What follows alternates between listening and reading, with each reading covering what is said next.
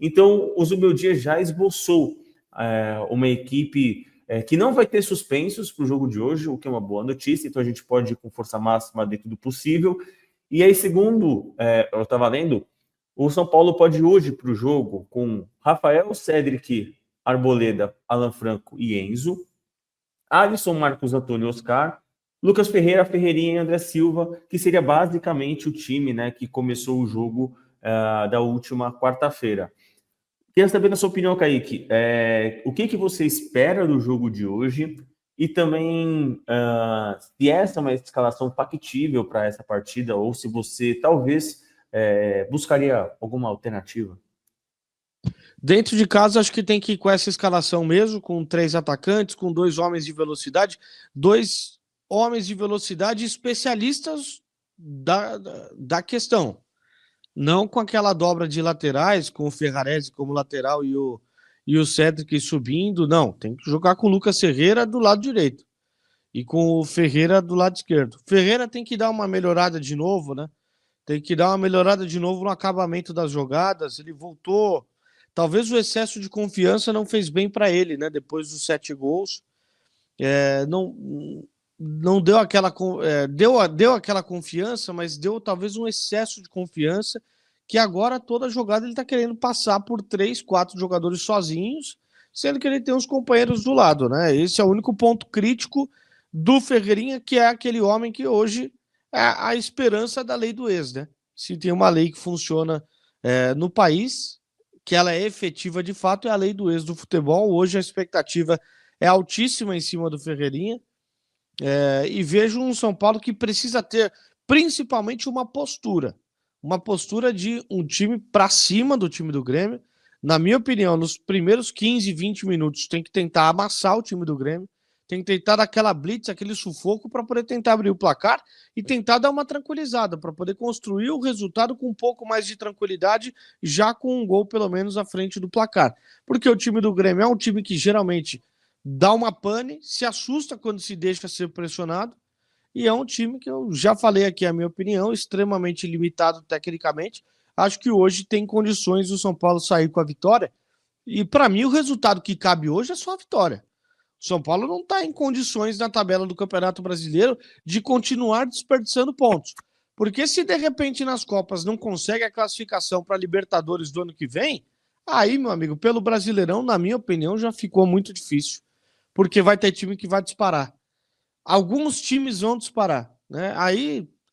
Aí começa a ficar difícil você se deixar desgarrar. Tudo bem que na última rodada, se tivesse vencido, poderia ter batido até a 7ª colocação. Mas a gente não sabe quantas vagas vão abrir no Campeonato Brasileiro. Não dá para contar, né? Não dá para contar que vai abrir G8, não dá para contar que vai abrir G7. Enfim, o São Paulo tem que fazer a dele, né? E aí já começa a ficar difícil se começar a desgarrar, se começar os times lá de cima que têm potencial para perder poucos pontos ao longo do campeonato começam a distanciar. A nível de título, na minha opinião, para mim, seria tratar como algo irreal aqui para o torcedor. O título do Brasileirão é muito difícil você conquistar com um elenco curto como o São Paulo tem, que para mim, apesar de curto, é um elenco qualificado, apesar de curto. Mas quando você tem um elenco assim, né, que não são tantas opções, que o time alternativo, a diferença do nível dele para o time principal é um pouco maior, é grande, fica complicado você vencer um campeonato de tiro longo como é o brasileiro. Então a realidade do São Paulo é realmente, no brasileiro, a briga pela Libertadores. Se começar a deixar desgarrar, vai ficar difícil até essa briga por uma Libertadores. De repente, uma Libertadores direta, né? A gente sabe que de repente é uma cilada você ir para pré. A gente viu o que aconteceu com os nossos colegas do acesso negado. Então, ir para pré-Libertadores, de repente, você pode dar o azar de pegar um time de massa, um time de torcida, um time de camisa e de repente ficar de fora. Não, me preocupa, assim, para mim, hoje, os próximos jogos do São Paulo, que é Grêmio, Mirassol, Bahia e Vasco, se eu não me engano, sendo só o Bahia fora de casa. Para mim, os 3 jogos do São Paulo em casa são vitórias inegociáveis. Eu acho que É isso. não é só que o São Paulo precisa ganhar, o São Paulo deve, o São Paulo tem que ganhar. Não há uma possibilidade de empatar novamente dentro de casa. O São Paulo precisa começar a fazer valer o seu mando. Então, eu tenho para mim que há uma obrigação, obrigação, o nome da palavra, na vitória, tanto hoje, e não é uma obrigação por desdenhar o Grêmio, que hoje é um adversário que tem demonstrado futebol menos potente como já foi antes, né? Pô, inclusive eu tenho certeza que hoje vai ser um dia que o Thiago Volpi, se ele puder pegar 3 pênaltis, ele vai pegar 3 pênaltis, porque a gente tem sempre esse azar com algumas leis do ex. Mas hoje é uma obrigação vencer. A gente precisa Fê, começar a se impor. Pode falar. cara, o Volpe no meio de semana deu uma Tomou. falhada. Ele Deu tem uma falha, falhado. nossa senhora. Cara, e é Ele tem impressionante falhado. como o Volpe o goleiro chama golaço, né? Assim, eu sou meio resistente a esse termo, o goleiro chama gol. Eu acho que muitas vezes, cara, o goleiro chama gol, mas muitas vezes a defesa dele também é uma porcaria e chega a bola pra caramba lá no gol, uma hora vai É, entrar, gente. é. Mas agora é impressionante como o Volpe toma golaço, né? É impressionante como o Volpe ele tem um azar de tomar golaço. Sempre a bola contra ele vai no ângulo, né, cara?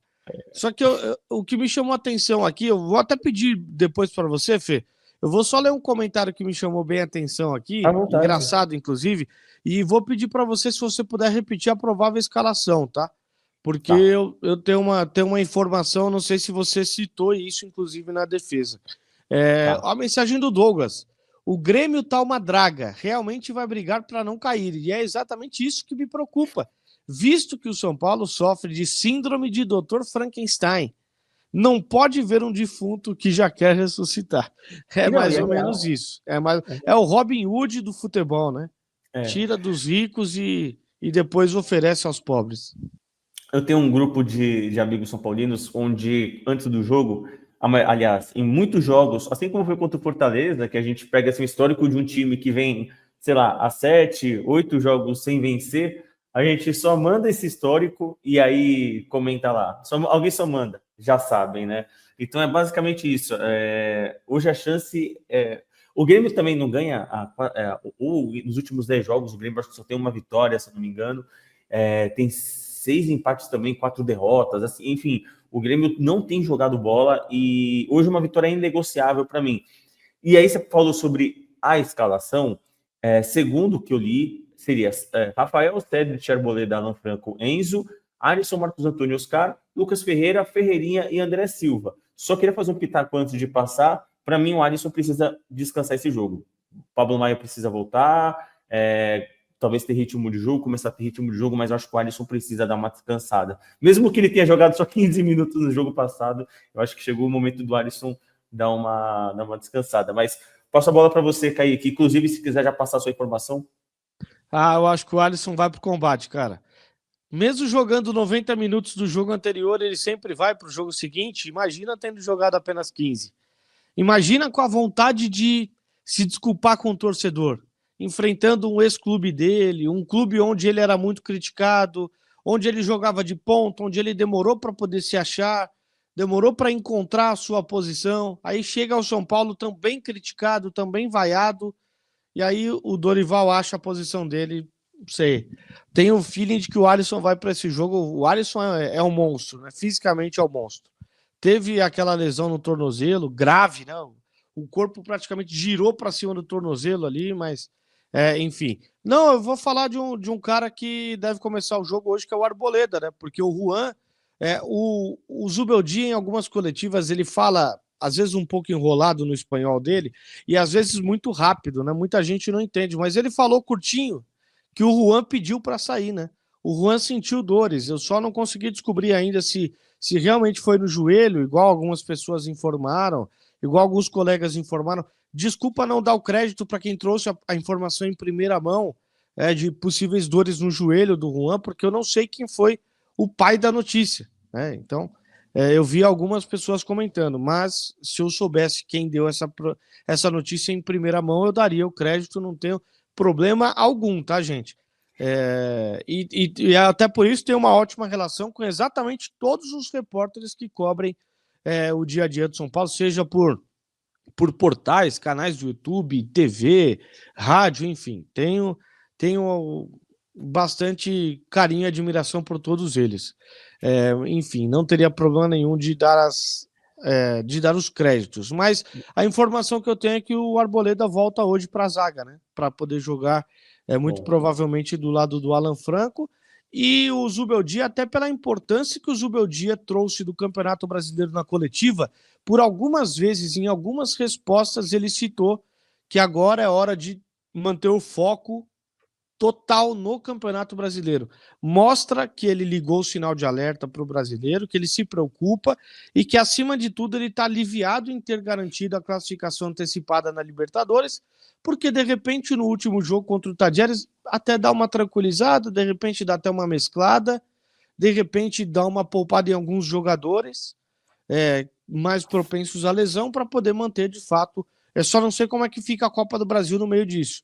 Mas ainda bem que o São Paulo já, né, tem uma vitória no jogo de ida, né, uma classificação meio que pré-encaminhada, lógico, respeitando o adversário, mas de repente o brasileiro seja o foco principal agora, até pela situação do São Paulo na tabela. Só tem uma derrota, né? Mas quando você não ganha, eu já falei aqui com o Boni, quando você empata muito no campeonato de pontos corridos e tiro longo, você acaba ficando empacado ali na tabela, você não sai do lugar, né?